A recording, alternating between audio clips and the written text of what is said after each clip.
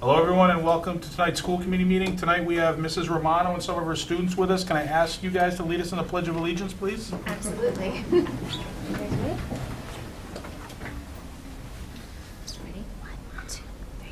I pledge allegiance to the flag of the United States of America and to the republic for which it stands, one nation, under God, indivisible, with liberty and justice for all.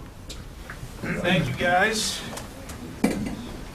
All right, we have the consent agenda, the minutes from January 10th, 2019, and oath to bills and payroll. Before I entertain a motion for that, I think Erica had a suggested change to the minutes from January 10th. Yeah, I just wanted to add some language prior to the vote on the blizzard bags to show that I requested documentation on how the special ed services were made up from the missed days. And then a little housekeeping issue that line 174 I'm referred to as Eric instead of Eric. Left off a vowel. All right, and then I will entertain a motion with those changes. Make a motion to approve the consent agenda as read with the modifications to the minutes as discussed. Motion made and seconded. Any further discussion? Hearing none. All those in favor? Aye. Opposed? None. We have two points at the meeting for input from interested citizens, one now at the beginning of the meeting and one at the end of the meeting. If there are any interested citizens that have anything they'd like to bring up with the school committee, now's the opportunity. Seeing none, we'll go right into presentations. And we'll kick it off with a presentation on the Russell Street Art Program. Good evening. As you'll remember, one of the things in our school improvement plan that we're really proud of this year is an addition of a kiln to our art program at Russell Street School. Additionally, we've been really encouraging some cross-curricular collaborative projects between our unified arts and some of our academic areas. And so it's exciting tonight. We have Mrs. Romano here, who is our K-5 art teacher, along with 6 of our students from Russell Street, to talk to you a little bit about what that looks like in art.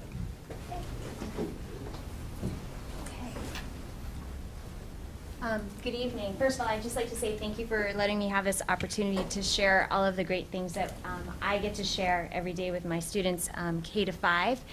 Today I have students from 3rd, 4th, and 5th grade who are going to share some of their project samples as I go through our slide presentation.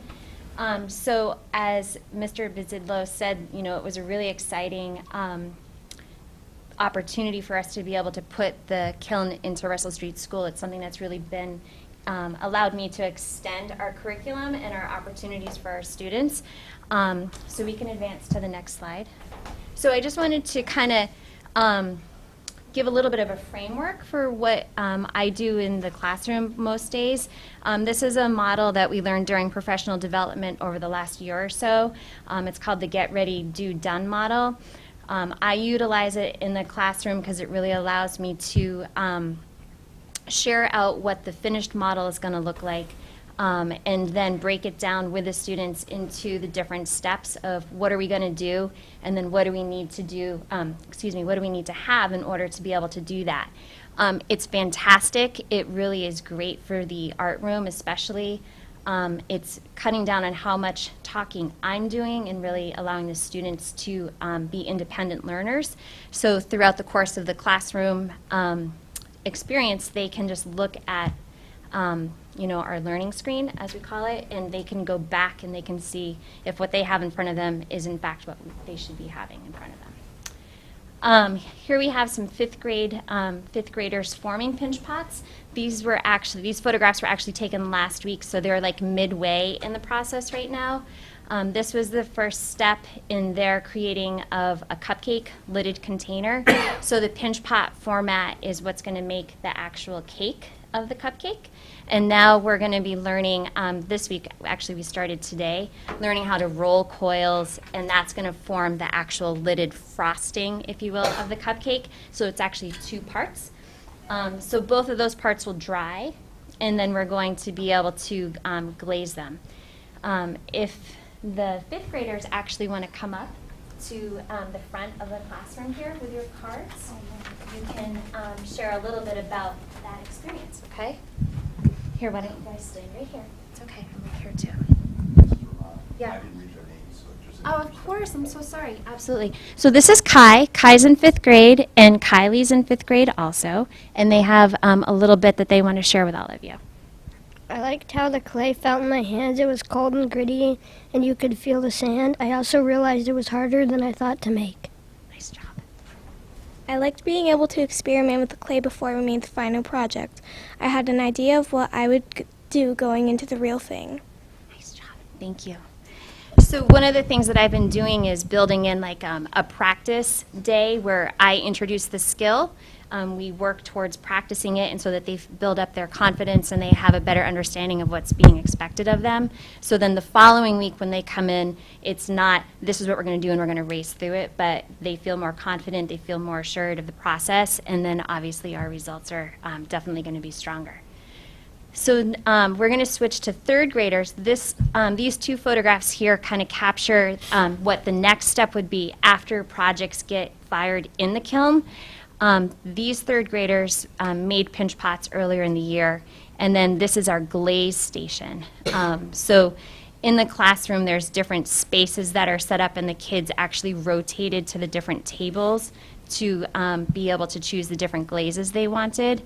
And there was a glaze menu that I posted on the learning screen, so they could choose 2 out of like 4 or 5 colors. And I actually have 2 3rd graders here this evening. So you guys can come on up. Bring your pots too, so they can see them without dropping it. They've made it a long way to get here tonight. Okay, so here we have Owen. Owen, you want to share what you did? I liked how we learned about making pinch pots. I also enjoyed adding designs and textures with the tools. We could choose 2 colors of glaze and not just one. And this is Caroline. I like that we got to do our own designs with toothpicks. Our projects could be a size we wanted, not too small. We had choices for a glaze color. Nice job. Thank you. Can we see the Do you want to pass them around? Oh, wait, we have Be a brave. closer We'll look at pass those? them around. Absolutely. Why don't we do one on this side and one on this side, okay? Thank you.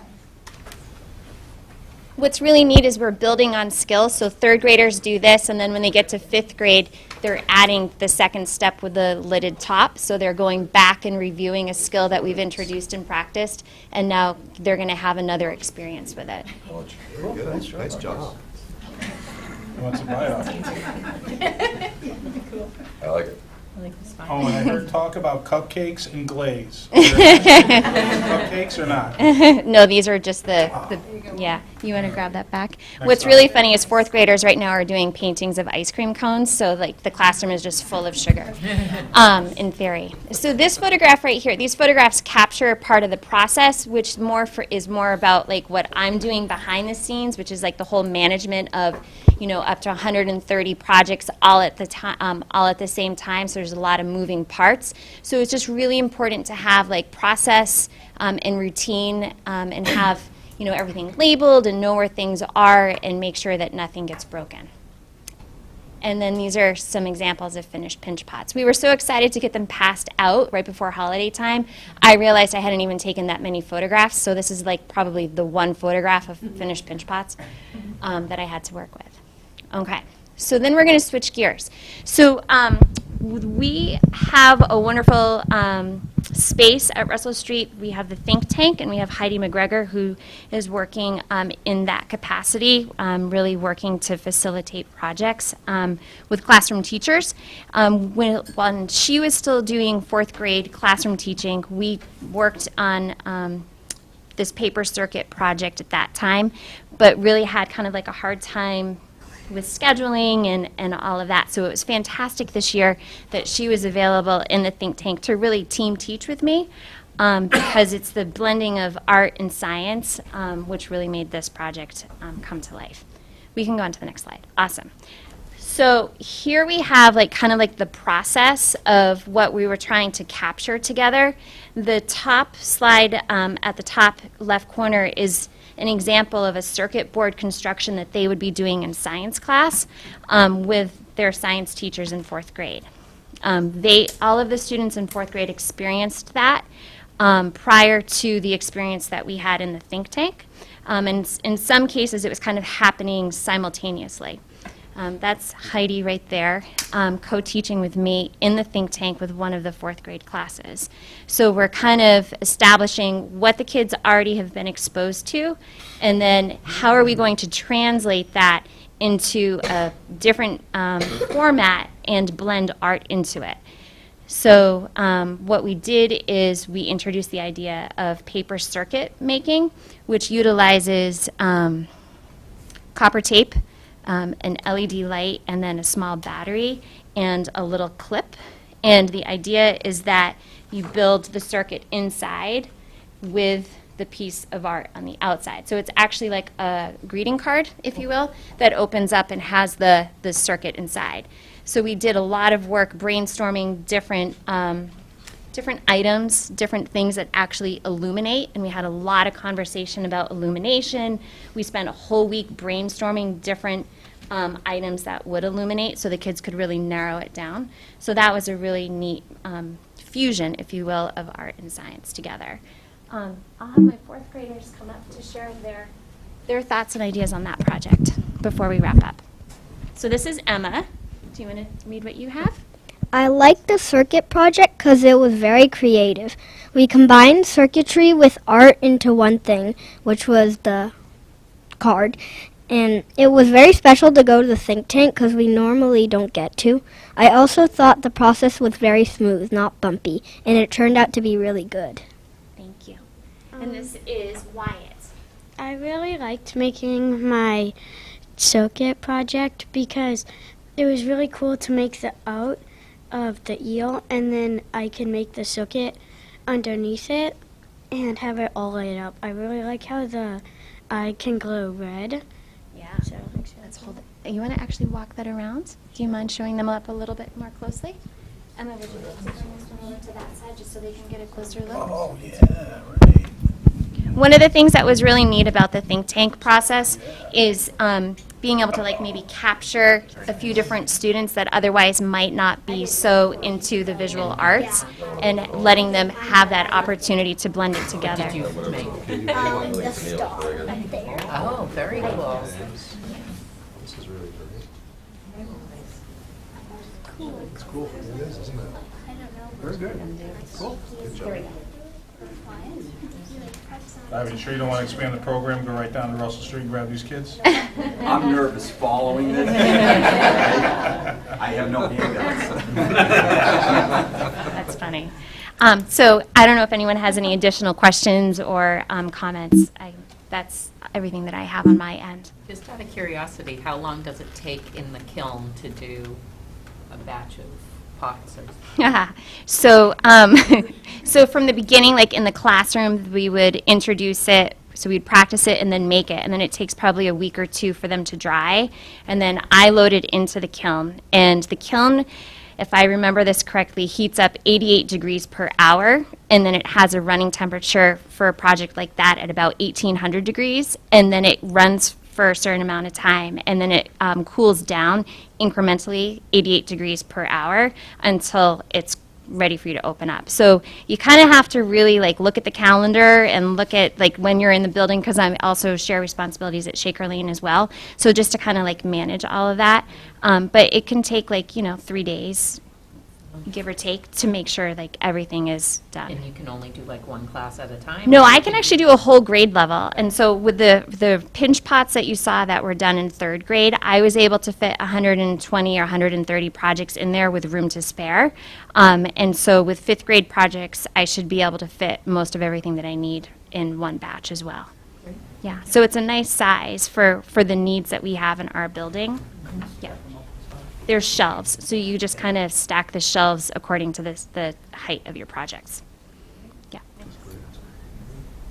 Thank you. I'm just wondering when the 4th graders are doing the pinch pots because I wanted to get one for my birthday. 4th graders are going to be building sculptures towards the end of the school year because that will coincide with a field trip that we typically do to DeCordova Sculpture Park in Lincoln. So when we do that, we'll be talking about large-scale sculpture, and we'll be bringing it down to a smaller size model in the classroom. Can we make one life-size sculpture exception?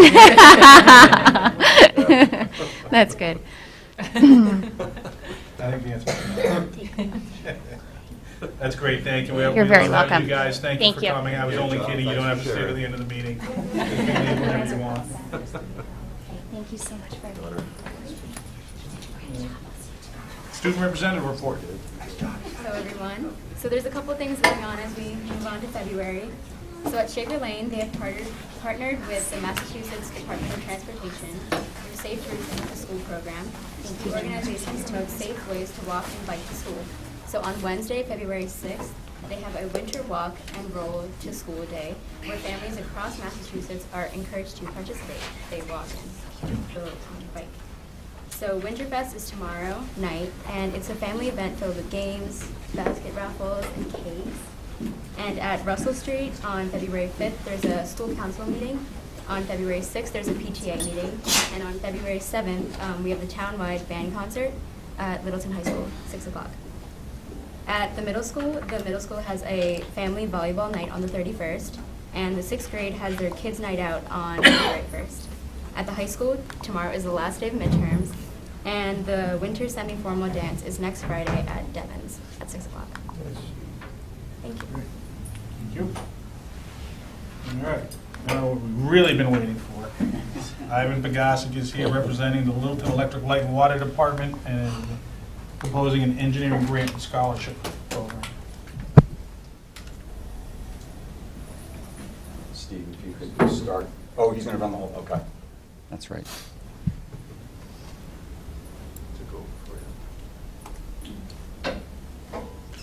As Mike said, my name is Ivan Pagasic. I'm a Littleton Light and Water Commissioner. And we are here tonight. I have Dave Ketchen, who is our Assistant General Manager of the Light and Water Department.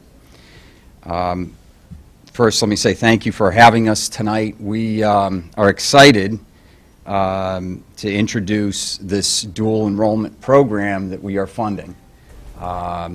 And we wanted to go over a little bit about this program and talk about a collaboration with the Littleton schools.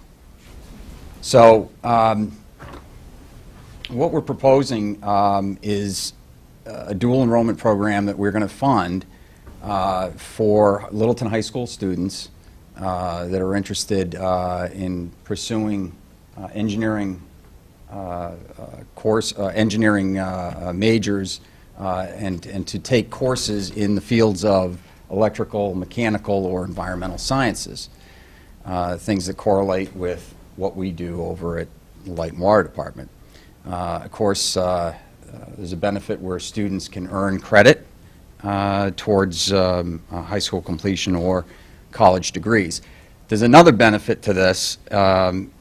Speaking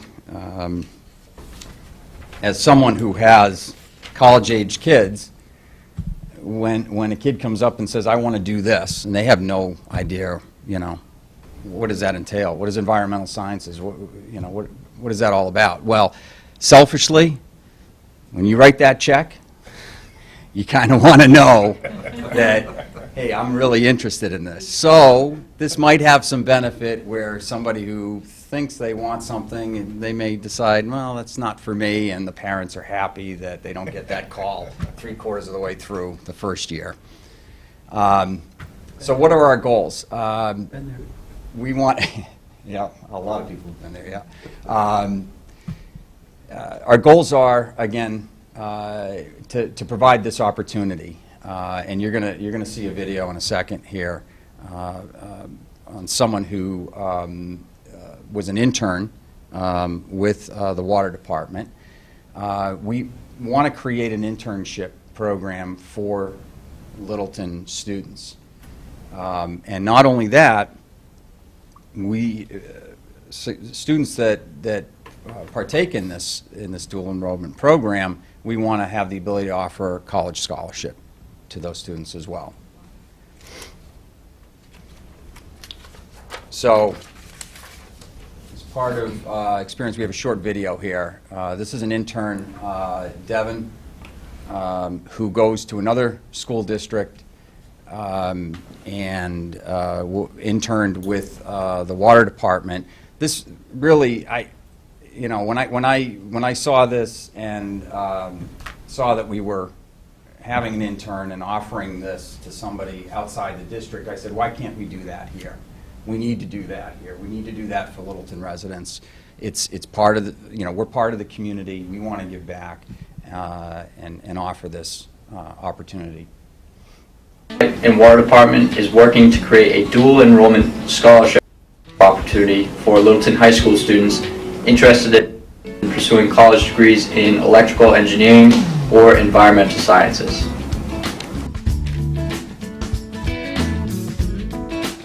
Take 67 college credits while I was at Oakland as a junior and senior.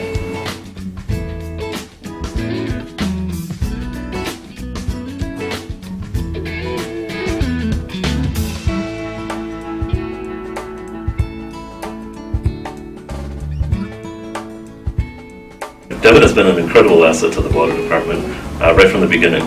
We threw her into a project over the summer, putting her in charge of field data collection, and gave her responsibility for that. And she's also been helping out with water quality sampling down at the treatment plants and doing some mapping of the water system. So she's really made some pretty major contributions to the water department over the summer. So in the future, I really did like working at the municipal level in the water department, so I'll probably try to stay within that field. But without dual enrollment, it would have taken me a lot longer to figure that out. More student loans too.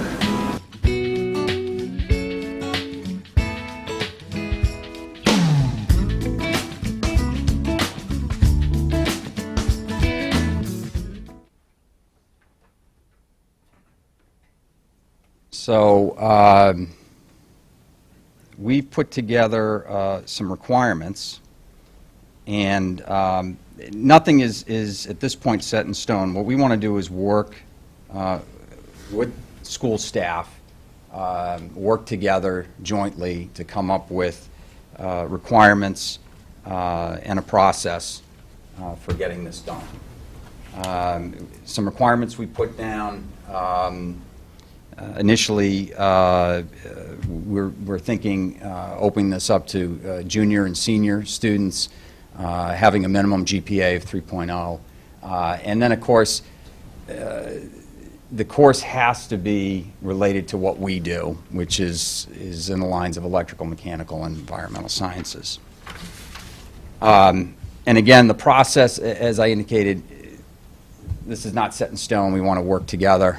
But we're going to look to the schools to identify candidate students and recommend those students to our staff, who we will interview and award a grant. I will say our board has already voted to approve going forward with this, and the funding is already approved. The other pieces, of course, working with the university to submit applications. We need parental signatures, and they have to register in those 100 or 200 level courses. We came up with some deadlines, that we thought would fit in with the application process for the schools. Somebody who wanted to apply for courses fall of 2019, we'd like to have a deadline of April 1st, spring of October 1st, and a summer semester of February 1st. We'll do the interviews after the schools determine that list of candidates. Next slide. Here are some courses. We've actually been in touch with UMass Lowell, their Dean of Engineering. They do dual enrollment today with other districts. These are some of the courses, sample courses that they've come up with that would meet that criteria. So, in closing, what we're looking for tonight is approval by the school committee that I can get out of the middle, delegate it to my assistant GM, who can work with whoever you decide he or she should work with Dave and move this thing forward. All right. Clenchie, do you have any comments or before we? Yeah, this is something that we've been talking about for a couple of years, and it certainly aligns directly with our vision. We're fortunate enough to offer a nanotechnology course to our high school students a couple of years ago, and we wanted to continue down that track, but through staff changes at the university, we weren't able to get things gelling again. So, you know, I'm excited about this. This is a great opportunity for our students. It's an opportunity for you as a business to have students take a look at what the profession is all about, and I really appreciate the comment about giving our students a chance to try things, to see if they like them. I'm a firm believer in internships, and this is internship plus. Paid internships. Paid. Yeah. So I'm thrilled, and Dr. Harrington and I already had a conversation about this, and we're certainly on board, and you know, we're excited to work with you to bring this proposal to reality. Any questions or comments from the school? I'm just curious, is it like one student per semester? Well, is there a number limit? Or is there... We've funded the opportunity for multiple students. What we have discussed as a board is we don't want to shut out a student who's a superstar. If you have a given year, and it probably fluctuates every year. You have a year and you've got multiple superstars, we're going to figure out a way. And we're going to, our board is committed behind this to fund it and get these kids the opportunity. You got one of my questions, and Kelly, you touched on the other one. You also talked about the internship. Is the internship tied with this here? It's not talked about in the proposal here, but Right. I kind of implied that if you got the scholarship, there'd probably be the offer of a summer job. Exactly. Type of thing there. Right. Is that formally part of the program, or is that just what your intentions are? No, it is going to be part of the program, because what we'd like to do is we'd like to draw on talent. If we give kids an opportunity, they go through the program, then they want to see what the real world is like, you know, classroom, real world. Let's bring them in. We love to draw on local talent, so we want kids that maybe will come back to the community 5-10 years later and work for us. That part was sort of unstated in the proposal there. That's Anything else? I think it's a great opportunity. Thanks. Yeah, they asked all my questions, so it sounds great, and I'd love to see this move forward. All right. I would like to entertain a motion. I don't think we necessarily legally need to do it, but I would like to do it just to make sure the electric light department knows exactly what our intentions are. Yep. I'd like to make a motion to accept the generous offer of LELWD to offer engineering grant scholarships to the students of Littleton Public Schools. Second. Motion made and seconded. Any further discussion? Hearing none. All those in favor? Aye. Opposed? None. Thank you very much. Thank you. Really appreciate it, guys. One question, who should Dave reach out to? Dr. Harrington. Let's start with Dr. Harrington. He's not here tonight, Fantastic. but start with him. If you That's guys- what we're gonna make him. Not here tonight. I know how that works. Yeah. Thank you. Great. Go Thank you show very at much. your own risk. Yep. All right, thanks, Ivan. Thanks for coming out tonight. All right, our next presentation is on the NWEA map growth by Dr. Jamian, who claims she's retired, but You're coming back. curtain call after curtain call. It's like watching James Brown try to leave the stage, always coming back for one more. This is the last sighting. Or how many farewell tours? Exactly. This is the last hurrah. Like the Rolling Stones and the Who. Well, actually, I'm glad that this is my last presentation to the school committee on map growth. We've had several iterations of this presentation, and the way that we have administered these tests has gone through some changes. And even the branding by the company of the tests themselves has changed from MAP, measures of academic progress, to map growth, emphasizing growth. Before we go to the first, I want to thank the school committee and the community for their support in terms of staffing and financial support for technology infrastructure, for the devices that students utilize to take these tests, so that we can have a very efficient, timely testing process. And without that support from the school committee and the community, this type of testing would not be possible.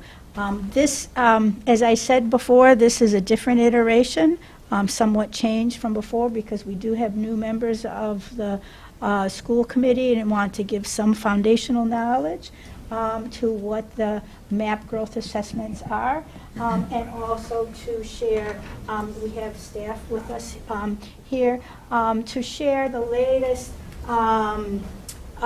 types of analyses and processes that our faculty go through in looking at these tests. These tests are timely. They take time, but our faculty makes very good use of that time in terms of directing student achievement. These are the topics, and I will be emphasizing the data and the resources for instruction. I put the logo, NWEA MAP Growth, to emphasize the rebranding in order to show how the company itself is emphasizing student growth. I included this slide about NWEA, Northwest Evaluation Association, just to give you a sense of how large the organization is. It's worldwide, and how its mission dovetails and has connections with Littleton's Vision 2020 and our SIPs in terms of a culture that utilizes data to make instructional decisions to promote the instructional needs of every child. This slide gives you some basics about these MAP assessments. They're interim assessments, and they're web-based and computer adaptive. I'll be giving you some more detail about that adaptive nature as well. They're aligned to state learning standards. You've seen in every presentation we've made, from MCAS to the snow day cancellation pilot, and standards-based report cards. We emphasize making very public and prominent to students, parents, and staff alike what the framework learning standards are. In terms of key features of the MAP growth, because of the adaptive nature of the test, we're able to utilize that testing data to show student mastery and achievement on standards-based content. And it gives us accurate information outside of the grade band, a grade level, where what students know and are able to do. A lot of times, as I said before in other presentations, we utilize what is regarded as educational jargon. And maybe one of those terms is targeted instruction, and people say, what does that mean? And here, what I want to emphasize is the pinpointing. Based on learning targets and standards themselves, what are the skills that students are able to mastery or need reinforcing? So that brings to life what the concept of targeted instruction is. And then again, it demonstrates academic growth over time. This gives us gives you a sense of the testing experience for students. And then going to slide 7, the next slide, it explains how the tests are dynamically built. At the onset, the computer ask a grade level, baseline question. If a student, the difficulty of the subsequent test questions are changed based on the students responding correctly or incorrectly. And students are not expected to get every question correct, nor will students get this be presented with the same questions as their seatmate. These adaptive assessments provide a challenging test for every student. In the case of a high-achieving student, they'll be challenged and they'll experience, maybe for the first time, not getting all the answers right. And that's important. And it's a low-stakes testing environment. And so they're able, the notion of rigor and challenge becomes real for that student who may become bored and not try. The dilemma of a student not trying can be very real for a struggling learner because they may become quickly frustrated, and not try. So these dynamically built tests, come together to provide accurate and reliable information on every student. We have a series of tests, MAP growth tests, in 2 subject areas, reading and math, for grades 2 through 8. Those tests themselves reflect different components of the subject matter, and you see the reading components here. The next slide sets forth the mathematic components.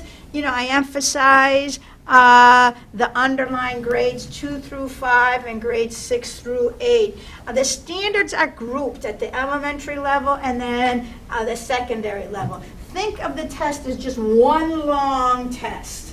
And it goes from the concepts that, vertically are stacked up from grade 2 through 5 and then grades 6 through 8 in the areas, components of the different mathematical domains. The RIT scale, I purposely put these 2 pictures here. A ruler is a type of equal interval scale, okay, like feet and inches, that allow comparisons across things, okay? Now, we talk about map growth and map growth charts. A lot of us in our homes have had a height chart with, a child next to, the wall, and you're marking the height. That height chart is a growth chart. So thinking in terms of an equal interval scale, the RIT scores relate directly to like a curriculum scale. Right next to that ruler, think of that student standing there, and it's a ruler that stacks up the skills and concepts, a curriculum scale in each subject area. This slide looks very, very abstract, and it looks like a lot of mumbo-jumbo numbers, but it actually is very important in the analysis of the map growth. For example, if you go in, see grade 3, the numbers for grade 3 range from 180 to 200. High school, you're getting 220 to 260. It seems very abstract. But these national norms provide some contextualization for evaluating student results. And it's important that it compares students at the same grade and comparable stage of the school year to their age mates. We pay close attention to this with MAP administration. We have the administrative council, Mrs. Coro and I, Ms. Croto, we map out the dates of the MAP administration in order to make sure that we are within the norms for the testing. And that MAP testing schedule 3 times a year is plotted out every single year correctly, not in accordance with Massachusetts holidays, not in accordance with our school year, but in accordance with the specific number of instructional days so that it stays within those means of beginning year, mid-year, and end year. Okay. This series of slides on the instructional resources and continuum of learning is probably where the power, they're important slides, and it's where the power of the MAP growth comes in. And it's that nexus between skills and concepts that are in the learning standards and where that individual student is. You can think, like I said, that's why I had the ruler. You can think of the RIT scale and the curriculum scale as one long test and one long ruler and continuum of skills. And the third bullet down, this continuum of learning links the students' MAP growth test scores and to the skills, to the concepts that that student maybe is ready to learn. And it translates that raw data from the students' assessments into actionable plans for instruction and grouping. I mentioned earlier that we've had several iterations of this MAP test administration, and one thing that I want to emphasize is the detailed data entry on the part of Bettina Coro, who's the curriculum administrative assistant, and Mrs. Croteau in technology, to link students with their teachers, and that the instructional specialists and special ed liaisons are able to form subgroups, are able to look at grade level comparisons, and it supports co-teaching. We saw earlier in the art presentation a reference to PD. This district has emphasized co-teaching and inclusion and not having separate silos between special ed and regular ed. We emphasize this in the data entry for the MAP testing so that both special ed liaisons, Title I instructional specialists, the lab teachers at the middle school can work together to address student skills. The next three slides come out of literally, this is the new MAP reports portfolio that members in our district went to attend training, and we're purchasing this for classroom teachers. This is a screenshot of what teachers see when they pull up the learning continuum. This first slide is called the class view. It's for grades mathematics, grades 2 through 5. Primarily Shaker Lane and Russell Street would utilize this class view. This class view shows skills and concepts to develop with groups of students based on a 10-point RIT score bands that are appropriate for their readiness level. Now the next slide shows the test view for mathematics 2 through 5. And it shows a little different take on those skills and concepts because it shows a continuum. What skills needed to be reinforced, what skills the students aren't at yet, and what skills need to be introduced. We have faculty member, Ms. Derry, in the audience, and she's probably very familiar with the test view, the grouping of learning standards by in mathematics for the middle school level.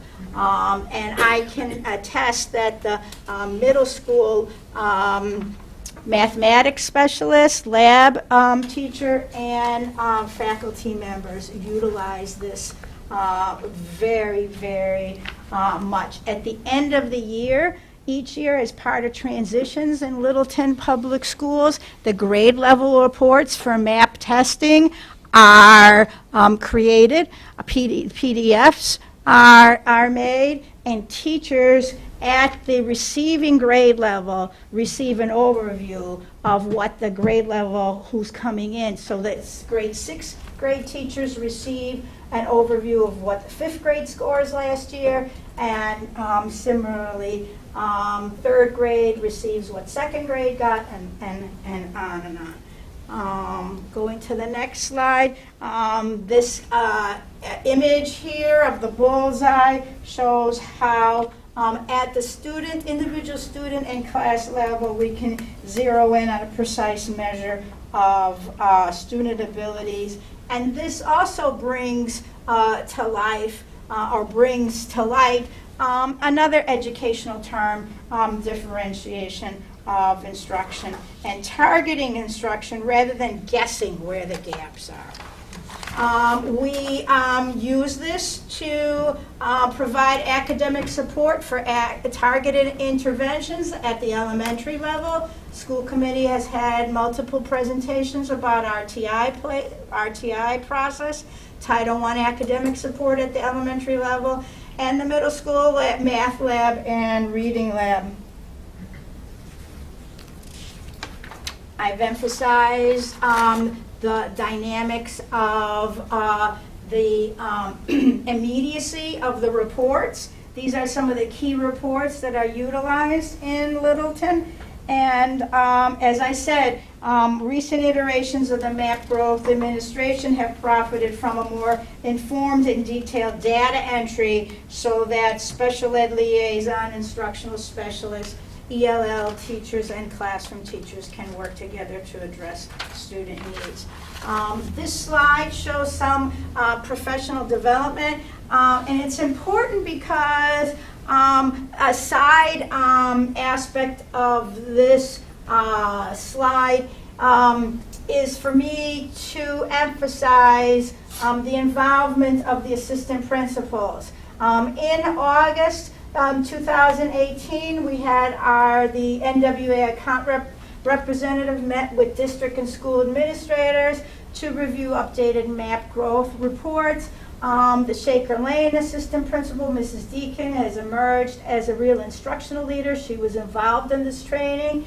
In November 2018, there was a regional NWEA workshop at Tingsboro High School, and you see that the instructional support specialist, a new Title I math specialist at Shaker Lane, the math lab folks, specialists participate in it. Those are the ones that need the grade level overviews. Mrs. Coral coordinated the registration and the sharing of detailed MAP reporting, and we will continue that with a planned essential reports training for Littleton Public Schools district and school administrators after our winter MAP testing concludes. The MAP testing session concludes February 7th, and probably after February vacation that will take place. I've just given you the next few slides just as some overviews of just an aggregate results. What's important to emphasize throughout here is that the areas of improvement are important to emphasize during whole group instruction and with flexible instructional groups, and that this is also a source of communication between the interventionist SPED and classroom teachers. If we go to slide 24, in terms of reading, our ELA teachers have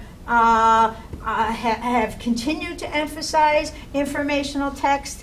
You heard that from the 6 through 12 ELA curriculum coordinator, Mr. Pascucci. But I will say for all of these slides, our scores were very, very clustered. So there was not a wide range between any of the components within math and ELA. Going to slide 26, this is a fairly new district report, so it's just able to show a general picture of aggregate growth compared to norms for similar schools. And then if you go to page 27, we have a continuing to compare grade level growth with that observed across schools in NWEA. And then I have a slide that shows where parents and the community can get more information about NWEA. They have an updated version of a parent's guide to map growth. I think it's better than the old one, and that's why I included that final slide. Questions or comments? This side, Jen? I didn't write down any comments or any questions. Dr. Jamie, just quick question. You compare a lot of this to the national norm mean RIT. Is there any data on like a Massachusetts norm mean RIT where we stand Yeah, there? you know what? They have not they have not done that by I'd just be state. curious to see Yeah, that, or no, how they, we compare to surrounding. yeah, no, they have not done that through the even at the regional workshop. They have not done that. There could be anecdotal sharing between one middle school and high school or another, but they don't have state level norms.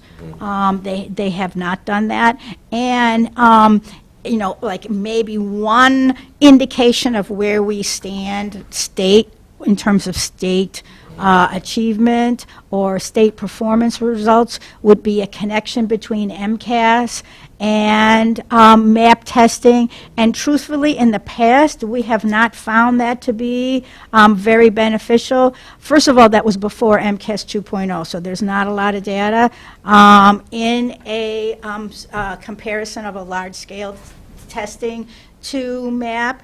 And then we also found that our MAP scores were higher than projected than MCAS, because MAP is really the equivalent of like a multiple choice, and there's not the writing component. But where the power is, and that's why where the links are between other types of testing would be in the learning continuum, and showing where there are gaps on the learning standards, and then the equivalent testing, either classroom assessment or MCAS assessment on those same learning standards, and that's why I emphasized it in the presentation. Can I ask, as a follow-up to that, go to slide 25 for a second. So in the grade level successes in the areas of improvement, those areas that are identified, is that done by the software, or are you That's guys? done all by the software. So you guys don't have to pull that, We tease don't that have out? to do a thing. Teachers can see it, administrators can see Okay. it. And what it does, it pulls a report that is the grade level report and has the name of every single student. It is a long version of the classroom report. And then it shows the statistics for the, like way back in the beginning, I showed the mathematical components. And so for each sort of like band or portion of math, it will say, this is the overall score for that group, whether it's a classroom or the whole grade level. And then the way that they operate their reports, if something is an area of strength, there would be like font enhancement. It would be like bold or underlined, and there would be different font enhancement if it's flagged for an area of improvement.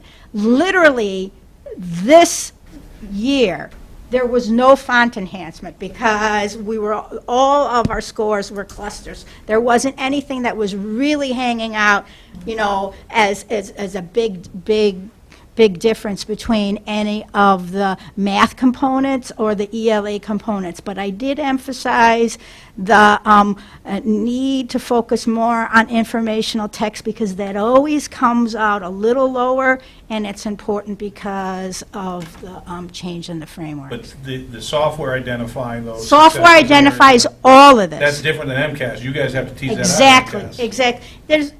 And that sort of brings up a reason why I think that this has utilitarian value. When I talk about how this takes time, well, it does take time. But I have a notion that when we ask students and teachers to be involved in some type of testing that takes time, the deal is that in the end it will save them time. Right. in another way. Or create So- efficiency. And the efficiencies that are created is in this mapping, because then you've heard about RTI, you've heard about the math lab arena. Those instructional groups are formed with these reports, quick. Right. Okay. All right. Daryl? No, all set.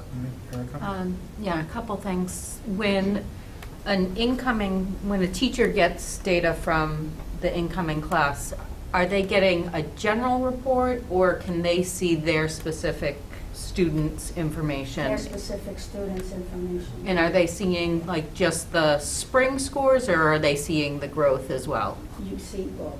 Great. So we build student profiles right from grade 2 Mhm. through 8. And my other question was, the RTI groups, is it They're flexible. solely based on No. these results, or is No. it teacher input as well? Multiple. Yeah. The NWEA is something that I've used since, well, before 2000. And what's so impressive about adaptive testing is that it really acts as a precursor to differentiated instruction or individualized instruction. We've thrown those terms around for many, many years, but schools and classrooms have difficulty attaining the true definition and actualizing the definition without some type of adaptive assessment that gives them instant results.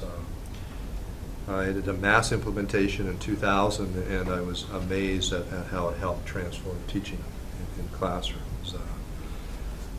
My second or third introduction was to a district, my last district, and it again made an incredible difference.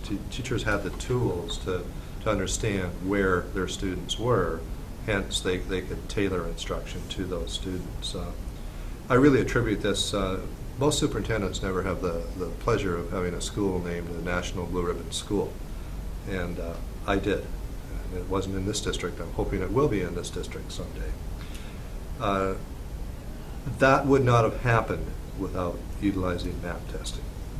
It had such an impact on our schools, and to become a National Blue Ribbon School is it doesn't happen very often. There's not that many out there. So I'm a firm believer in this method of testing. In fact, I'll go on record as saying that if you want to help students become better and help teachers reflect on their instructional practice, this is the way to go.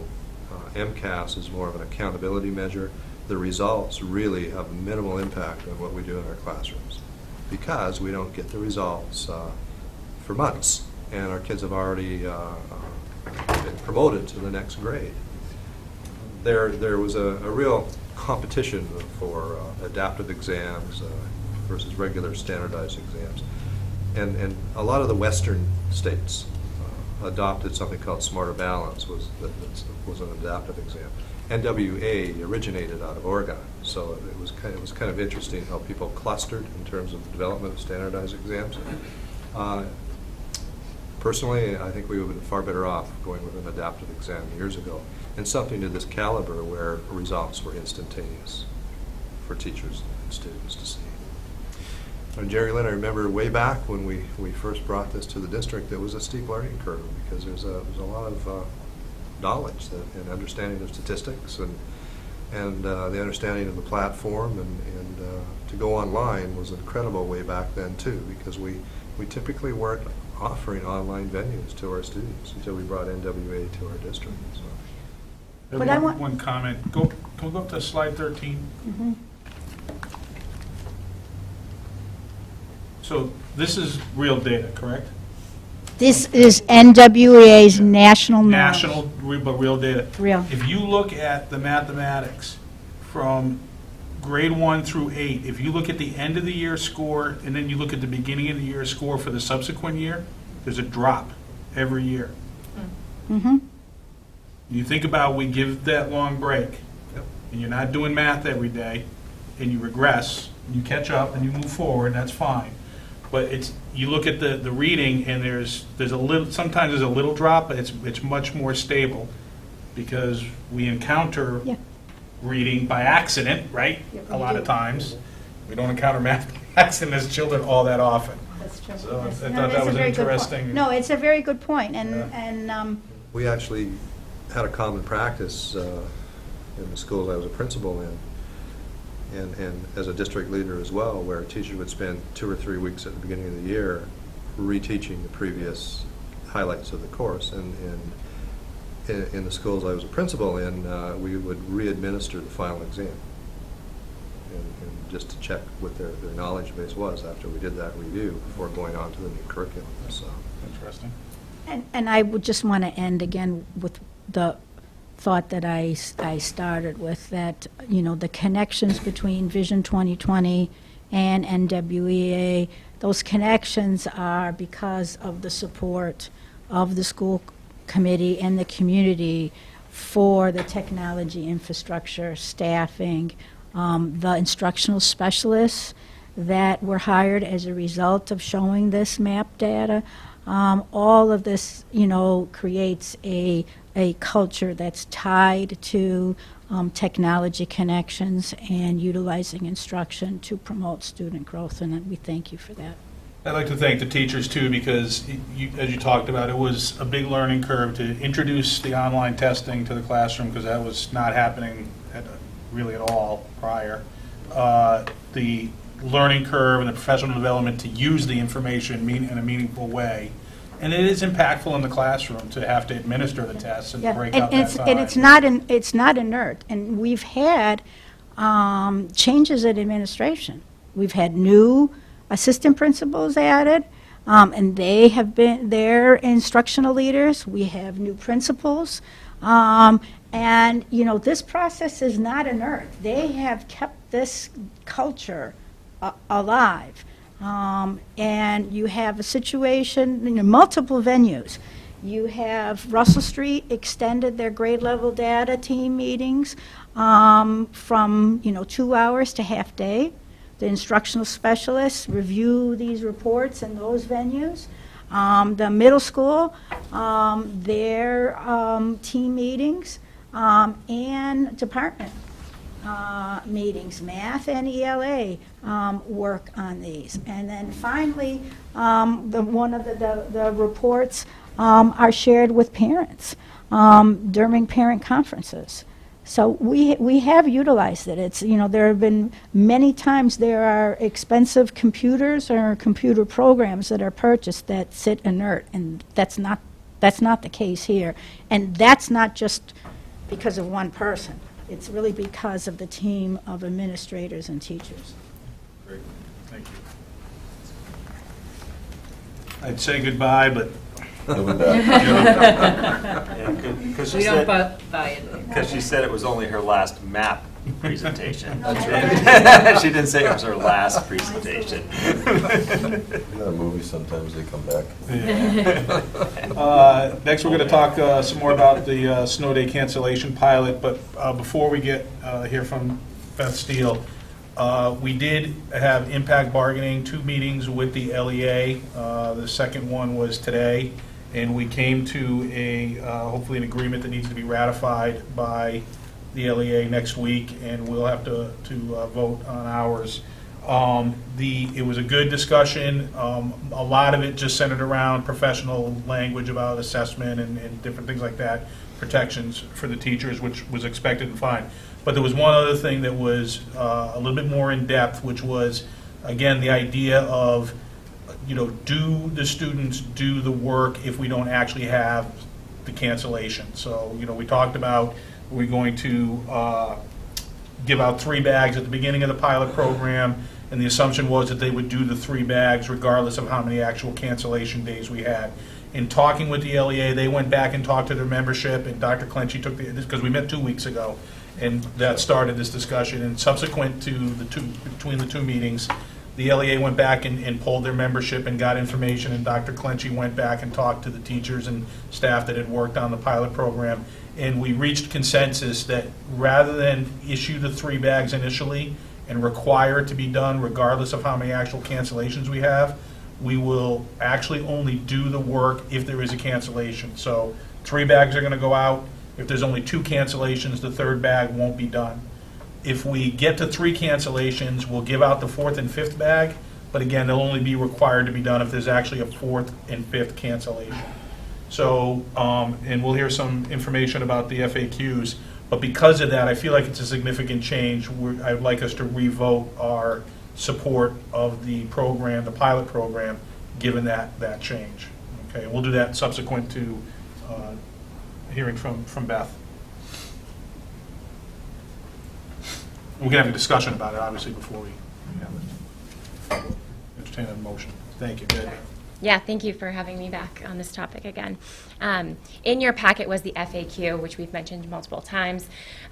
Like many other documents throughout this process, this has been an iterative document, and yet again, you're looking at another draft based on the changes that happened from today's negotiations.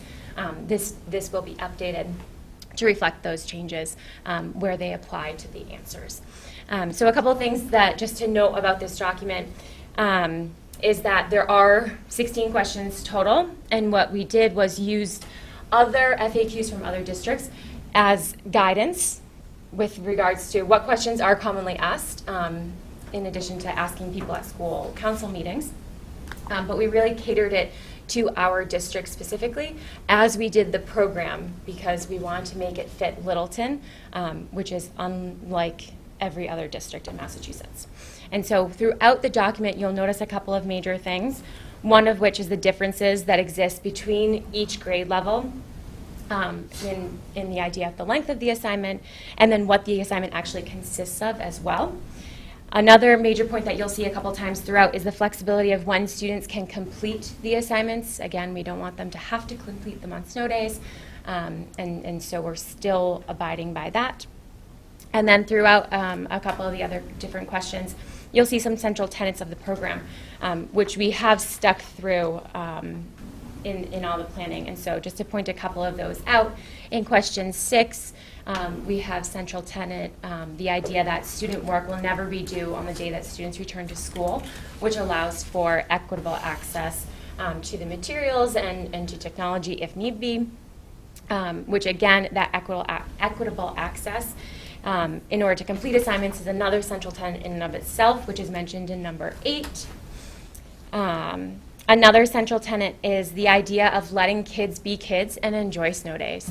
And so that, we wanted to make sure that that got in this document because it is a big question. And so that is reflected in question number 15, or rather in the answer of number 15, where we do acknowledge that playing is important, being able to go outside on snow days, and having a day where you do get a mental break from academic work is possible should families choose to go that route. And I'll wrap up this FAQ by just commenting on question number 16, which asks, how do we know the program is successful? And this really is allowing us for opportunity for feedback and seeking feedback of the program, of the pilot, when we finish the pilot, in order to see, A, if we want to move on, and then B, if we do move on, how do we fix it to become better? Because that's what we're constantly striving for. So those are the major points that I just wanted to point out for the FAQ. If there's anything specific to that document, I can try and touch upon that. Questions or comments?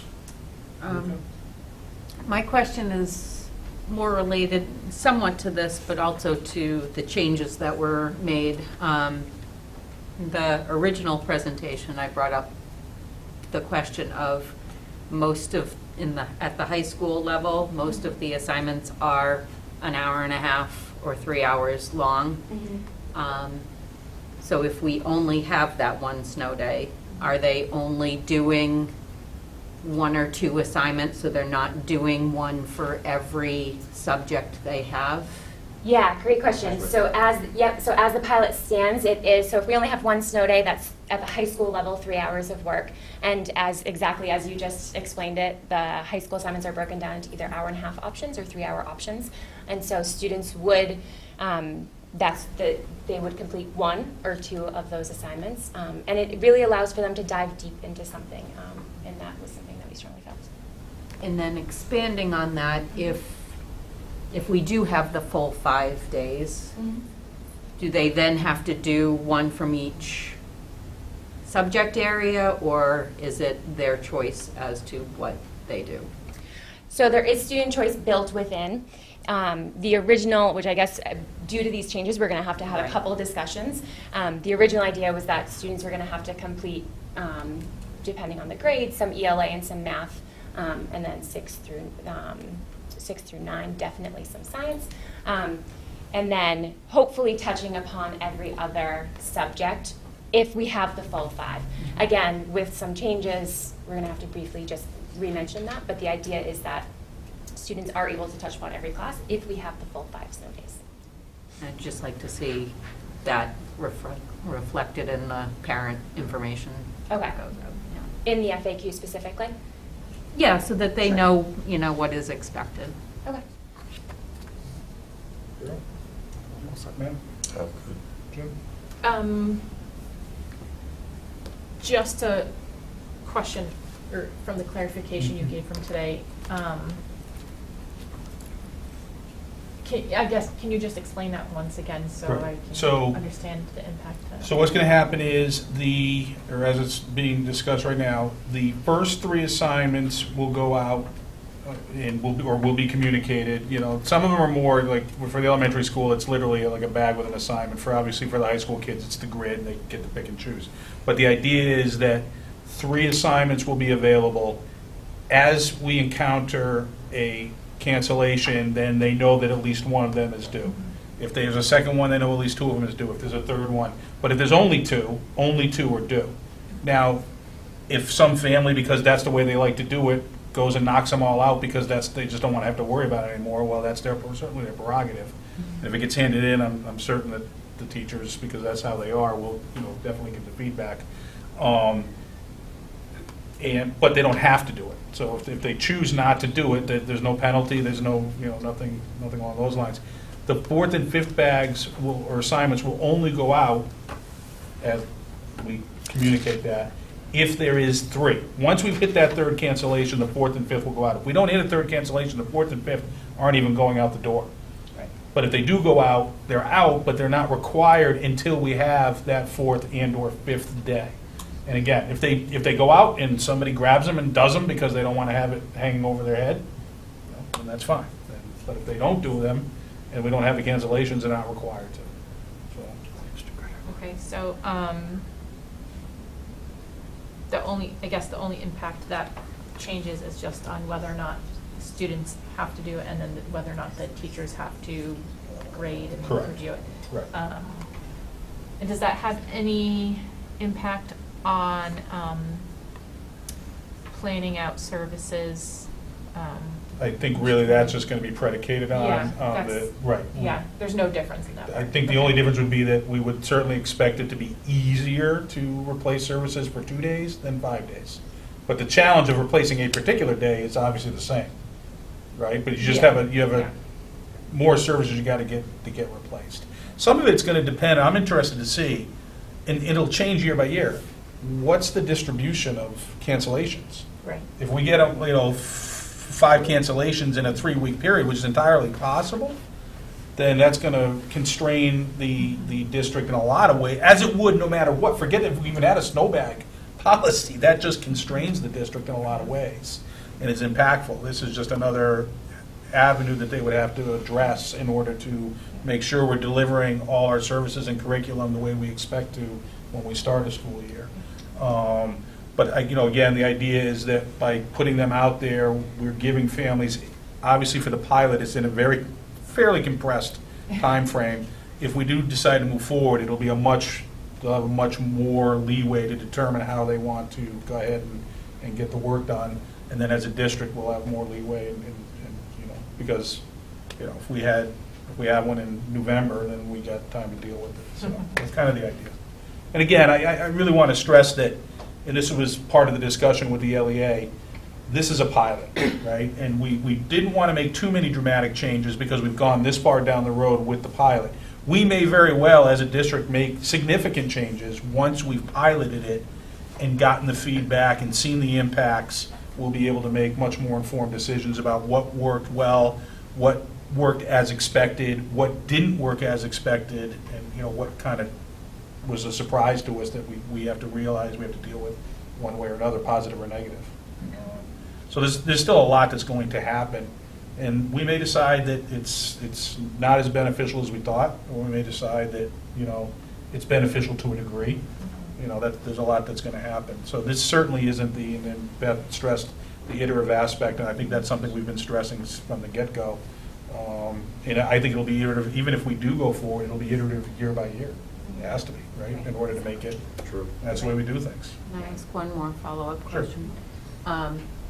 So, since we don't know now how many they'll be doing, how does that affect, again, mostly at the upper grades, how they're graded and how much it counts towards their final grade, and will they know that ahead of time?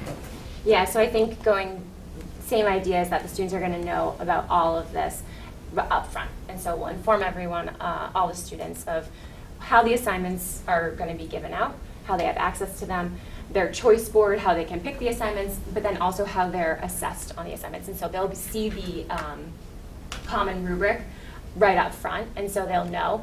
And the rubric is the same for all courses, 6 through 12.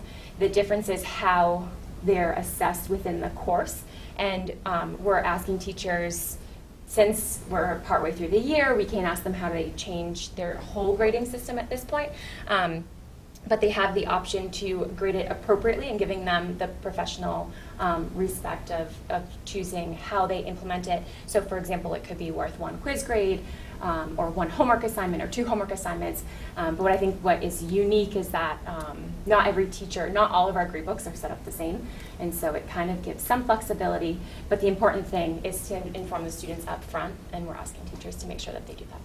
Yeah, I just think it's a little harder now, because they don't know if is it, 3 quizzes that I'm taking away and replacing with these bags? Well, I don't or think we're is it- taking them away, are we? So, okay, so maybe I misunderstood. What I heard was that their grade book is set, so they already kind of know how many quizzes they're given for the year. So let me clarify how the grade book is set. Okay. Is in the sense, so for example, a teacher might categorize their grades percentages, and they might have 15% as their homework grade, 30% as a project grade, 30% as a quiz or assessment grade. And so that's what I mean by their grade book is set. And so we can't ask them to add in a percentage for the snow day assignment, nor do we want to make it detrimental. So we don't want it to be that large of a portion, because it is 1 assignment, 1 day over 180-day school year. And so that's what we mean when we're saying the grade book is set. And so the teachers have that autonomy of how many quizzes they actually assign.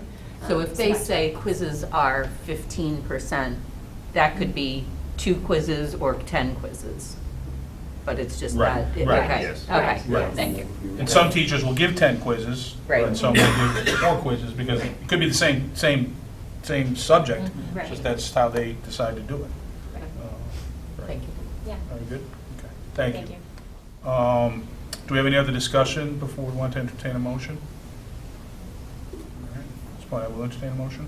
Yeah, I'll make a motion to support the implementation of the pilot alternative structured learning day program for school year 2018-2019 as modified by the discussions from the LEA. Second. All right. Motion made and seconded. All those in favor? Aye. Opposed? Okay. Thank you. All right. New business.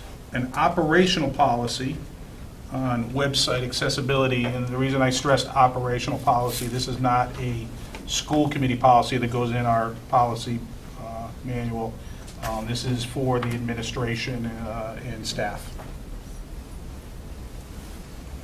You want to? Yeah, I can comment on there. I'll use the screen. For the last few years, organizational leaders beyond educational leaders have been receiving information from ADA and the Office of Civil Rights, and the information is really specific to website design, and you need to ensure that your websites are as accessible to to everybody that they can be. So there needs to be an audio component, a language component in terms of transforming into different languages, etc. Most websites were not designed to create text to audio. So that's something that districts have been working on, but we've been receiving more notices, all of us have, not just Littleton, that you really need to take a serious look at this. So it was time we looked at our website again, and so we've redesigned our website with those components that meet ADA regulations. And there's still a lot of people out there that aren't at that point, but we will be. Our kickoff date for our new website is February 8th, so we're excited about that. We've talked before about website design, and we're just very fortunate in this district that we have talented people, and our tech department was able to create a new website, which saved us well over $20,000. And there are departments all over that spend at least that, and then they also spend a maintenance fee to update their website, to keep it working, etc., which is a monthly charge. It can be quite expensive. So we're doing all of this without the monthly charge. We designed our own website. So, I mean, our savings is well over $20,000. I don't want to pick a number out of the air, but it's well over $20,000. So our staff really, need to be commended on taking this task on. There are not many school districts that do that. They bring somebody in, and then they also pay somebody to manage the website. But as you know, we try to develop our staffs and have them take risks and continue to grow, and it's a prime example of some of the incredible things our staff are capable of doing. So I'm very proud of what's happened, and along with that, when you increase your scope of your website, and it's important that we communicate that and also have processes that people can use if for some reason it isn't working right for them. They have contacts that they can get a hold of, so that we can take care of anything that may arise that is unknown to us. Big step for us as a district. All right, any questions or comments?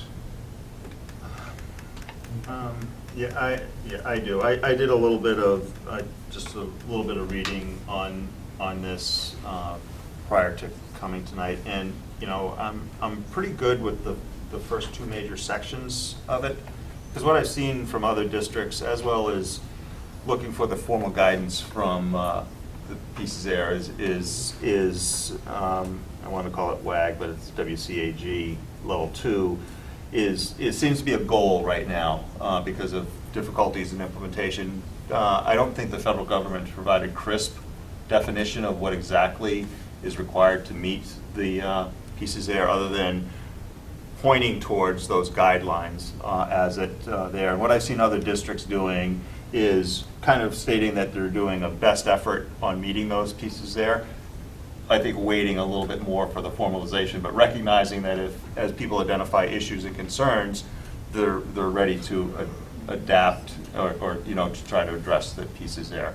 And I guess I'm looking maybe more for the second half of it to reflect more of that type of approach, rather than it sort of seemed bulleted out as a very, very detailed process there, which I'm not sure that, I guess I'm questioning whether that's necessary here, other than, who's the POC? Is it like our webmaster? And that's listed there, and we're committed to try to address to the best of our means within the platform that we have the pieces there. Maybe I'm going offline in terms of being careful not to over-lawyer reading some of the things there.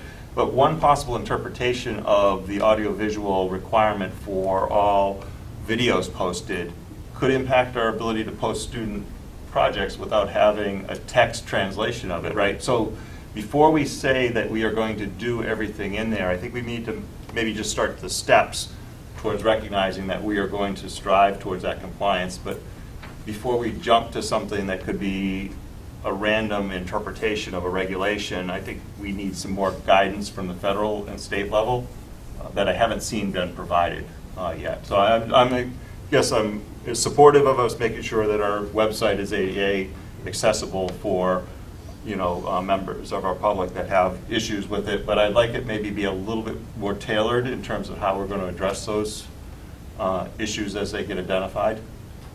I hear what you're saying, and we can do that, but you need to also understand that any one of us can be taken to task on this. I mean, our legal advice that's been given is don't think that you're not going to be the test case, because you may be. So it's our obligation as a public entity, and I know you're not disputing this, I'm just going to say it anyway, that we do everything we can to give access to all people with varied disabilities, and it's our duty to do that. We now have an opportunity to do that.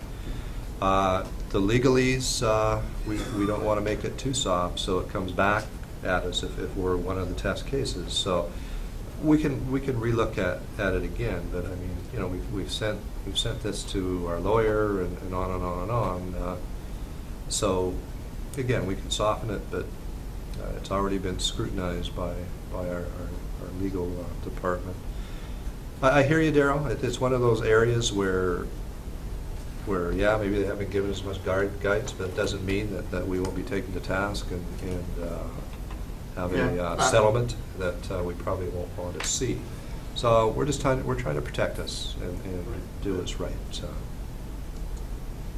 So that as a superintendent, I don't have to come to you in a year and say, oh, by the way, we've been investigated, and here's the results of the findings, and here's the fine. So, like I said, I think what my concern is as I get through into the second page there, at this point, 15 working days in order to conduct an investigation. Where is that coming from? Is that part of the law? Or is that, we're specifying some very detailed and, fine points here, which I don't know if those are required. Some of that, Daryl, was taken off of policies that are already in existence in other school districts. So we use some of the time spans as we were doing this. I mean, I can have the tech team revisit it and ask more pointed questions to that. Let me ask this, are we looking to vote on this, or are you just informing us? No, this is an operational policy, but I wanted you to be aware of it. Given that, what I would ask is that, Daryl, I think, is raising, and I want to give Daryl the opportunity to not have to hack it out in detail here, especially because our tech staff isn't here. Right. But let's think about taking a pass over it to address the concern Sure. that Daryl has, and then, you may make some changes, you may soften, and then, you guys can go forward Right. from there. Yeah, then we can just resend it to our attorney and see what they say. And, Right. In the end, that's where I mean, I get- my alliance has to lie in these situations. An example would be, and I think that I see where Daryl's going, like, an investigation of the complaint shall be completed within 15 working days versus an investigation of the complaint shall be completed in a timely manner. Right. Right? I mean, that's softening it, and I think it still gives us the protection. Yes, obviously, lawyers would debate what timely means, 6 months is not timely, but, 30 days might be very timely. It might be, so that gives us some more opportunity to not be holding ourselves to a standard that ultimately we may decide is not even achievable, in depending on the circumstance. We can certainly look into that. If you could just email that information, Daryl, to me, so that we have the specifics, I can share it with the tech team, and then we'll talk and solicit input from you as well. And then when we have a product, we'll send it back to our attorney. On the flip side, I would just say that I feel that we should be working to address these problems as quickly as possible, right? So if our tech team is saying that they think that this is a reasonable amount of time, that we shouldn't. I don't like the idea of leaving it open-ended, because a timely manner to one person is not a timely manner to someone else, and I think that this is really important, that if somebody has a disability and is not able to access our site, that those complaints are taken care of as quickly as we can. I think that we can adhere as a district to that regardless of what it says. I don't think anybody in the district, if we give them the rope to say timely manner, they're just going to go, oh, I don't have to do that today. I think they're going to get on it. I mean, we've had enough presentations by our tech team. I think we see how invested they are and that they clearly understand, how impactful what they do is to every student and every family that we have. I absolutely agree. My concern is that I don't know that they've even done an investigation. Would they even know that 15 days is enough? And I absolutely agree with, go and talk with the tech team and see what they think is reasonable. But I also think that well, I know schools get very busy, Right. and that, things without a deadline can get pushed aside, and that, if IEPs and testing didn't have to be done within a certain date and have very strict guidelines, they wouldn't all, some of those things would get pushed out because it's hard to get all that stuff in. And so Well, my concern is that having- we have a body of work on IEP, so we know what's reasonable because we've been doing it, and we're not the only one doing it. My concern would be that we haven't done this. Correct me if I'm wrong, have we ever done an investigation on compliance of our Well, no, because website? they've been, let's get the expectations are catching up with the times, so to speak. Sure, go ahead, Justine. I can just give an example. So JAWS is one piece of software that individuals use as screen readers, for example. So if I'm a JAWS reader and I go to a website and there's a table on there that's not formatted correctly, JAWS won't read it to me. So it's just all in the formatting. So that's one of the requirements. There are requirements in place for accessibility for websites, and that it's operable is one of the requirements. So that's an easy fix. It's just, the way that the table is inputted on the website page. That makes it readable through a screen reader. So the fixes that I think would come up would be something that we can always, make minor adjustments to.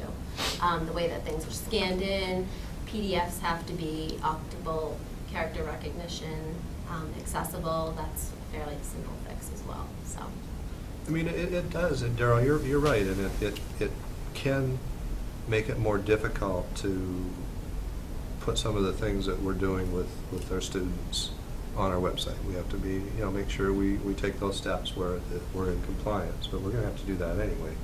The world's always changing, and I work in a world of deadlines, and for me as a superintendent, my staff always have deadlines. So for me, being able to ensure that all of the various departments that I'm responsible for, it's important to me that I have a hard data line so that I can go back and say, okay, on December 15th, we're going to have this done. Let's take a look at it. So, I mean, there's that's just our life in leadership and education. So. I think we got the idea that Daryl has some concerns. Eric had a counter to it, so We'll I think look into the it. goal is to get the balance, Work it right? out. Let's get it right. And obviously, if you do make some changes, it'll come back to us, and we can make sure that we're all in agreement Sure. on it. So I think we have enough direction to let you guys take another look at it before we go ahead and implement it. So, Sounds all right? good. Are we good? All right, great. All right. Thanks for the input. Financial update from Steve Mark. Yep, there's a report in your packet, year-to-date budget report. This is the appropriated budget, obviously. This is through December. So just as a reminder, so we switched financial systems this year. We switched from a package called SoftWrite to Munis. So this is actually kind of the first report that we've actually generated out of Munis using live actual data. So that's exciting. What you'll notice is it doesn't have prior year data in it, obviously because this is the first year that we're on Munis, so there's no prior year data to pull in. As we move forward, we'll include that prior year data as well. So, and then on the bottom, I just put a little footnote in there. The grand total, the total appropriated budget has been increased for a couple of different factors. One, There was additional Chapter 70 money that was allocated to the school department at the fall town meeting. That's at $16,080. There was some encumbrance money that we carried forward from last year. The way Munis works is that money gets allocated into our budget for this year, and then we had the expenses for this year as well. So I just wanted to make sure that people understood that where that total budget number comes from, and it ties to town meeting vote and all that kind of stuff. So, Yeah, so I think where you have total FY19 budget, that should say total FY19 appropriated budget, right? That's not the total operating budget. Correct. Of the, I just don't want somebody to misread the summary there. correct. And I know, Daryl, you had made a comment once before about including some of the revolving fund data. We're working on getting reports out of Munis that shows that data as well, so we will include that at some point in time. Yeah. All right, any other comments? It's just really nice to see encumbrances. That's been something that I've been missing for years, and this new system of financial software has allowed us to capture that information, which is really important. Yeah, so encumbrances, for those people that aren't used to municipal lingo, that's open purchase orders that haven't been paid yet. And then the open requisitions are those requisitions from the buildings and the departments and the principals that are pending approval, waiting to be turned into a purchase order or an actual order. So that was missing from the reports as well. So it's a little bit more up to date with actual spending picture. So, any other questions I can answer, or? We're good? All right, thank you. At this point, we're at the second portion of the meeting for input from interested citizens. Totally lost your audience. I did. All those third graders left, I started feeling so lonely. Even your teachers left. All right, so, subcommittee reports, BMBC? Yeah. Just a couple of things. Things are moving along in terms of just the overall plannings, in terms of budgets and pieces there. There was a little bit of discussion, and I thought I would bring part of it to the school committee discussion in terms of planning for Shaker Lane.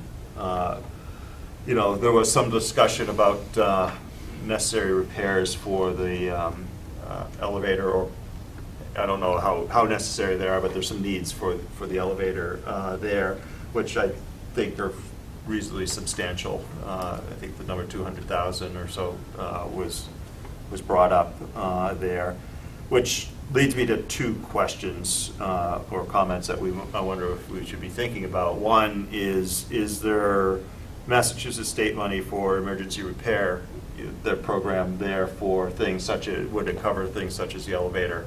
You know, so should we be doing a little bit more proactive planning now that it is looking like we're going to have to do a substantial upgrade to the whole infrastructure of Shaker Lane, of which, one, I bring up, you know, the emergency repair type money, but two, when do we start talking a little bit more substantively about should we be getting a request into the state for a substantial reimbursement pot for, you know, a major overhaul of the building, similar to the other schools that we have done.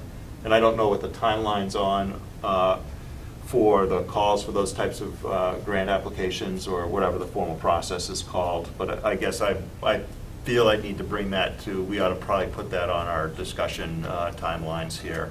I personally agree, even if it's only to refresh ourselves on what the timelines are from a submittal for, you know, cost sharing with the state, and understanding, you know, when we could start to do work, like not when, like as in April 5th of 2020, but if we start in the spring, what's the elapsed time going to be? And it would probably also be a good idea to think about how much money would it cost us to do an analysis and assessment of the building to identify what would a refurbishment of that building look like. For instance, when we did Shaker Lane, we literally gutted it down to the interior studs and rebuilt it. And And maybe that's what it's going to entail, but maybe not. Maybe it's going to be more or less than that. well, the other reason that, you know, I want us to be thinking about it, I don't know how frequent the state opens up the little call, you know, the call for the different projects like that. If we start thinking about it, we know that in a year and a half, it's going to be open again for those types of things there. We know a timeline that we can start targeting. We can also extend the conversation in terms of, you know, we've looked at our classroom projections. We probably could use 2 or 3 more classrooms at several of the buildings there. Would we want to start planning that as part of that project? So it's not going to catch us by surprise, you know, as we start maybe stressing some of the school limits there. Because I think our classroom issue is going to be spread across all of the buildings. It's not going to be that we need 12 classrooms in one building. Or we need or that we're going to build a building to because deal we with need it. 12 Right, classrooms. we're probably going to need 2 or 3 classrooms at each building Right. to give us a little bit more flex space. Right. Let's start planning that into that project so that we can get a total cost. And just a thought about that too, there may be ways to build out square footage that's not classroom space, but that allows us to repurpose other square footage, existing square footage for class space. So there's different ways to do it. So I agree with you. I think this is something that we should start to work on a consistent and regular basis, even if the determinations are our horizon is still out. Yeah. At least we have the information that we know what to do and how it's going to be. And the other part of it is if we do have to put significant money, $200,000 for an elevator repair, we don't want to then find out that in 2 years when we start the planning for the thing there, we're going to knock that elevator out. If we can avoid that, we should try to avoid that. Right, and that would put it more comfortable for people if we did a temporary repair at a much lower cost, knowing that in this other timeline, it's going to be totally replaced. It may help us with those types of budgeting decisions also. So if I hear you correctly, there are 2 things. We need to get a hold of the building branch and find out more information about process and get them out here to take a look at Shaker Lane.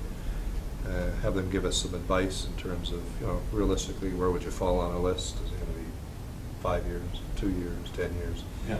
And I think the second part I'm hearing is get somebody in here to do a facility study of that building and have them ascertain whether it would be better to build a new building or gut the original building and rebuild it. That's going to take some money, so, you know, just so you know, and I don't have a figure off the top of my head. It's not going to be $2,000. It'll be way more. But if you're willing to have PMBC entertain that cost as well, because it would be the trains left the station for FY20.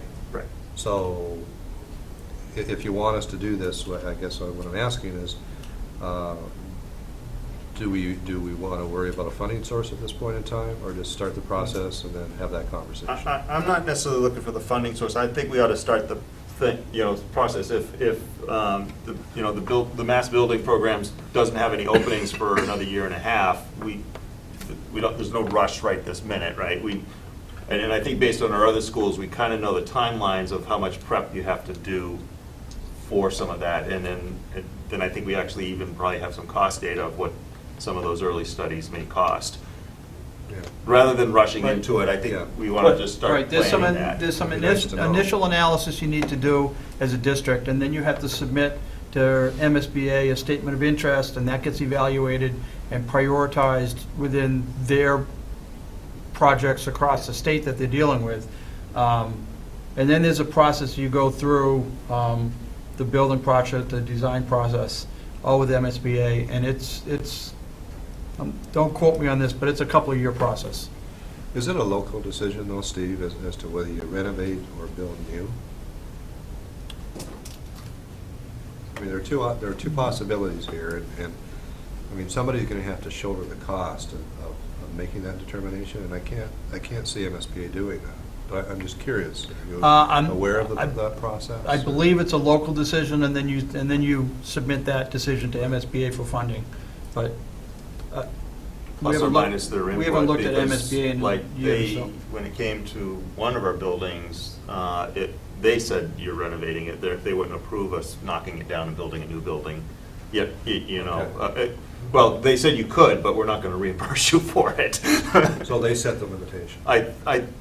I think they did that as part of the assessment process. Right. They looked at the building and they said, look, the wall, the exterior walls, the roof, everything is sufficient, and looking at your projected student enrollment, your capacity is sufficient, so we don't see why you would knock this down and build a new one, or build a new one on another spot.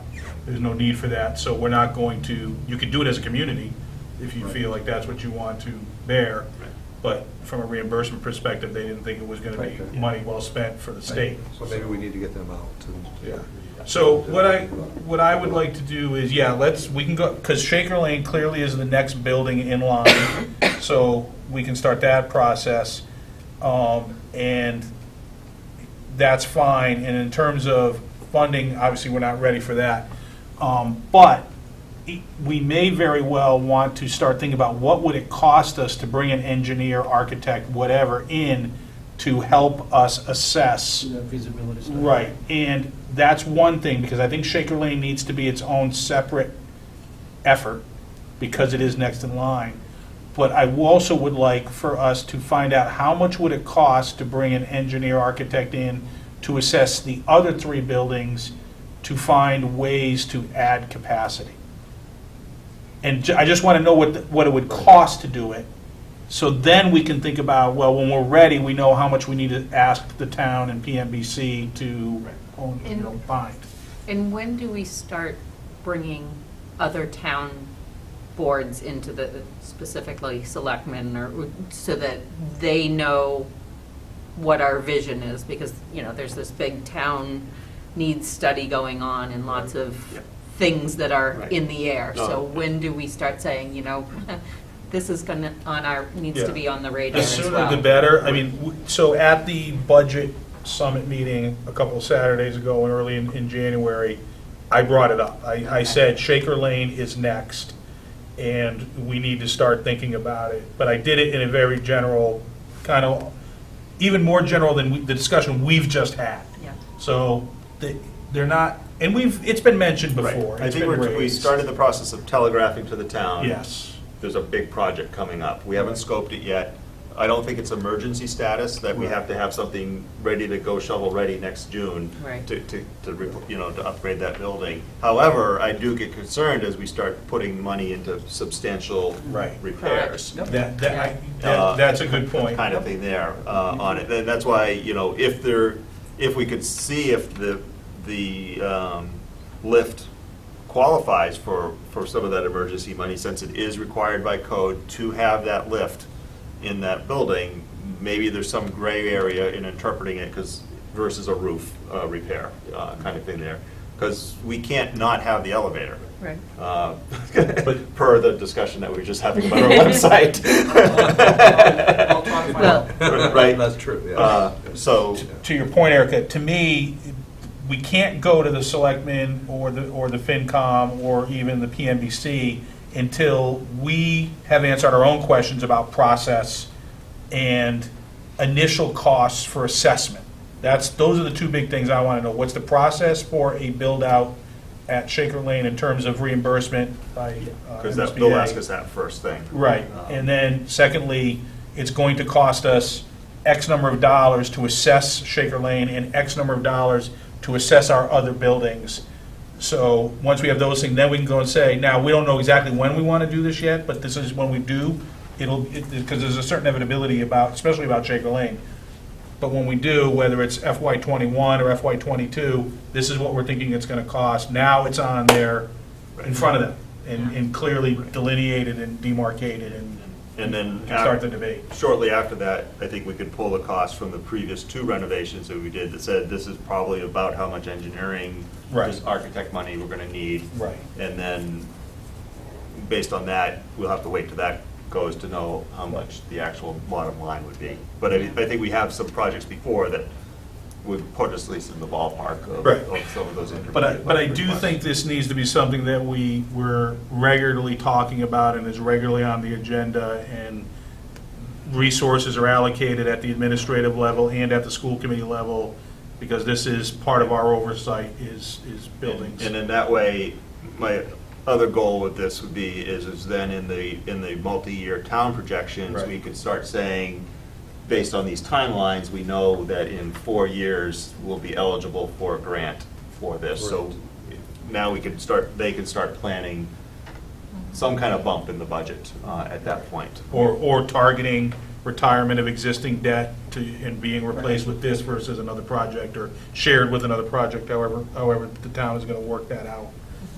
So this is a preliminary planning at this point in Correct. time. We're not, or you're not suggesting that we get into the conversation of the current structures No. that are No. proposed? Okay. No, preliminary. It just struck me, once we started talking a $200,000 repair, Yeah. I think we need to bring this more to the forefront of planning. Sounds good. All right, so we'll keep talking and working it, all right. All right, is that it for PMBC? Okay. Budget Subcommittee, really the only thing to talk about is there is a joint meeting on February 5th between the FinCom, the Board of Selectmen, and the school committee to talk about the school budget in the context of the budget process with the rest of the town departments and projected revenue. So put that, I think that's a 6:30 start. Okay. All right, Policy Subcommittee? Yep, so we have two policies in the packet, E, B, C, and I'm gonna have to read it. JICFB, bullying prevention. Just reviewed these for technological updates and making sure that, these policies fit with our core values and such. All right, let's take them one at a time. So EBC is emergency plans. So any discussion or questions on the proposed changes as they're being presented? All right, we good? Okay. And then the second is JICFB, the bullying prevention. Again, any questions or comments on the proposed changes? All right. Hearing none, then I will entertain a motion for the first reading of these two policies. Make a motion to accept first reading of revised policies, EVC and JICFB. Second. Motion made and seconded. Any further discussion? Hearing none. All those in favor? Aye. Opposed? None. Are we expecting the second reading right at the next meeting?